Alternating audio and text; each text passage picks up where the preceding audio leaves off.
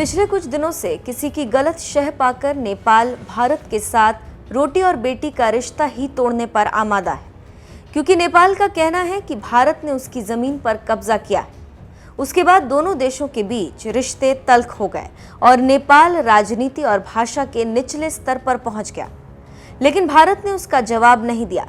उसके बाद बातचीत को लेकर काफी बेचैन नेपाल को अब जाकर भारत ने बातचीत का मौका दिया है।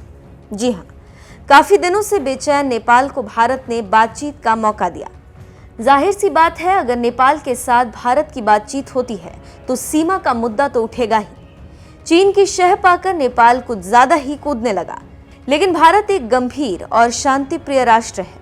ऐसी बचकानी हरकतें माफ भी करता है और कभी कभी कान भी खींचता है।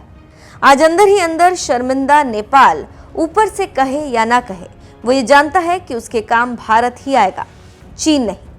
ये तो ओली और जिनपिंग की मिली भगत है, जिसने जबरदस्ती एक पूरे राष्ट्र नेपाल को भारत के खिलाफ कर दिया और सीमा विवाद को पक्का ही नहीं बहुत पक्का बना दिया।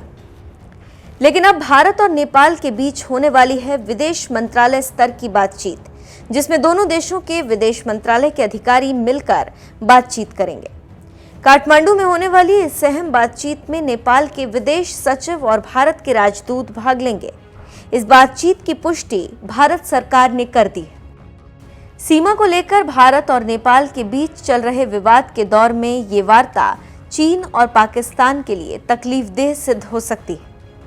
17 अगस्त को भारत की ओर से नेपाल में भारत के राजदूत विनय मोहन क्वात्रा और नेपाल की तरफ से विदेश सचिव शंकर दास बैरागी बातचीत में हिस्सा लेंगे। अब नेपाल की निगाहें उस बातचीत पर टिकी हुई हैं, जिसमें दोनों देशों के अधिकारी मिलने वाले हैं। देखना होगा कि इस बातचीत से क्या निकल कर आता है और क्या जम चुकी बर्फ पिघलती है या नहीं। ये तो आने वाले समय में पता चलेगा।